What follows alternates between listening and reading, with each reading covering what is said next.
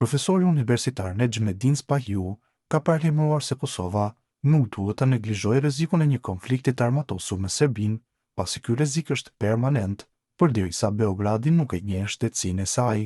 Kështu tha Spahiu pas deklaratave të presidentit Aleksandar Vučić, i cili nga samiti i Komunitetit Politik Evropian në Kopenhagen tha se të gjithë po përgatiten për luftë dhe se Kosova po përpiqet të shfrytëzojë këtë kohë para lufte për të fituar mbështetjen e vendeve të NATO-s dhe shumicës së shteteve europiane. Vučić deklaroi se bota do të bëhet gjithnjëherë më e vështirë dhe, sipas tij, po shkojmë drejt një konflikti të madh. Derisa ti ke një shtet fqinj që nuk të njeh, rreziku i luftës është permanent, prandaj të gjithë aleatët tanë, të gjithë miqtë e Kosovës janë të angazhuar që të ketë dialog mes Kosovës e Serbisë, që të mos ketë luftë sërish. Vetëm ne e neglizhojmë.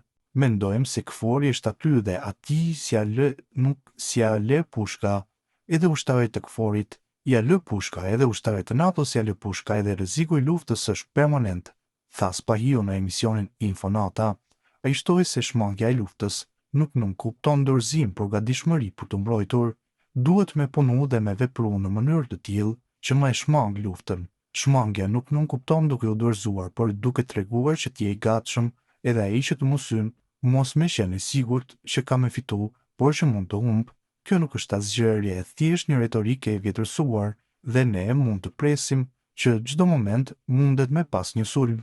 Sipas tij, tani rreziku është edhe më i madh pasi strukturat paralele serbe janë larguar nga veriu i Kosovës dhe Serbia mund të synojë agresion ushtarak për të ndaluar ndërkombëtarizimin e mëtejshëm të Kosovës.